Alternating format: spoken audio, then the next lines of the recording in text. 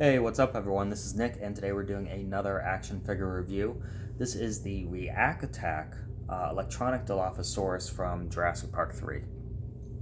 Now, there is no Dilophosaurus in Jurassic Park 3, but every Jurassic Park toy line incorporates the Dilophosaurus because it's just a very iconic creature in the film, so that they always gotta cash in on that. Kind of like how when there's a Star Wars toy line, even if Darth Vader isn't in the movie, that toy line is tying into, whether it be one of the prequels or one of the newer Disney films, there's always a Darth Vader figure. So no matter what Jurassic Park film it is, or even if it's not a toy line that ties into a film, if it's something in between, there's a Dilophosaurus there. So not a big fan of the Jurassic Park 3 toy line, not a big fan of the ReAkAttack figures, but I did manage to pick this one up working and in really good shape.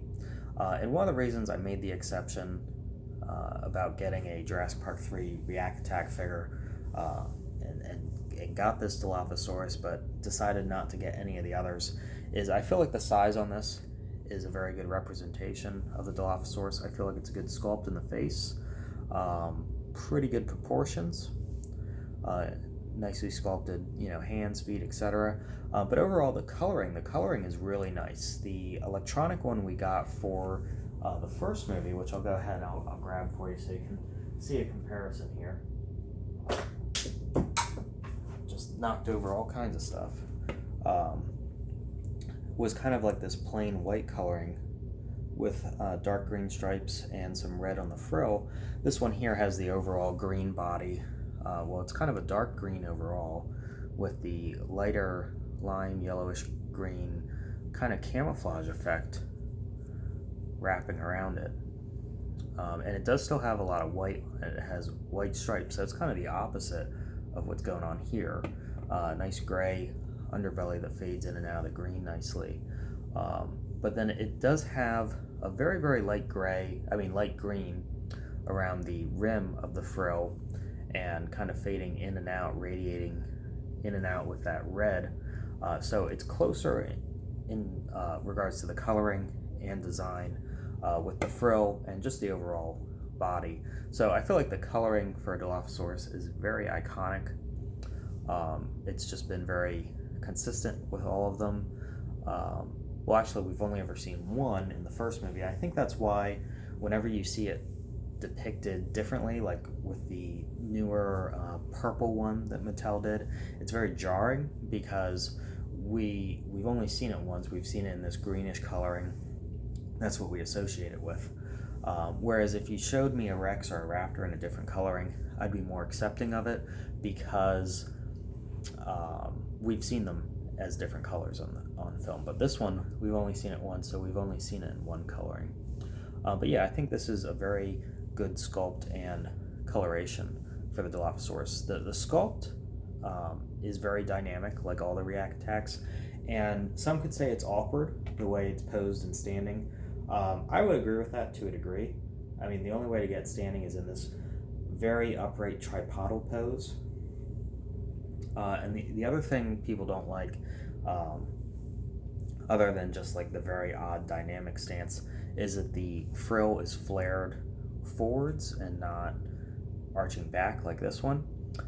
I don't think it's an error. I think it is maybe them trying to make it seem more like a frilled lizard or a Gila monster. Don't their frills arch forward like this? I'm not entirely sure. I'll have to check. And I think maybe they're trying to echo that with the stance as well, since they kind of run on two legs like this. Another reason I think they might have it flared forward is so that you have some clearance with the arms here for the action feature. That way the claws are not getting snagged on the edge of this frill. So you push back on this lever here, and the claws move forward and back. And it makes a authentic movie sound. The other sound effect is this button on the side of the rib. So you get two different Dilophosaurus sounds. You get the rattling sound that the frill makes when it's extended, or I guess he's vocalizing that, she maybe. and then you have the more of just the screech. But you also hear the screech with this one as well, which is really cool. It's definitely lifted right from the film, whereas this one, I took the batteries out of it actually to use this one because I like the sound better. But this one does more of like a whining sound, and that's probably because this figure was made while they were still working on the first film, so maybe they didn't have the sound effects ready, or if they did, Kenner just didn't have access to them. But I'm sure if Kenner could have, they would have made it sound like this one. But this came out in 2001, so like 8 years after the first movie.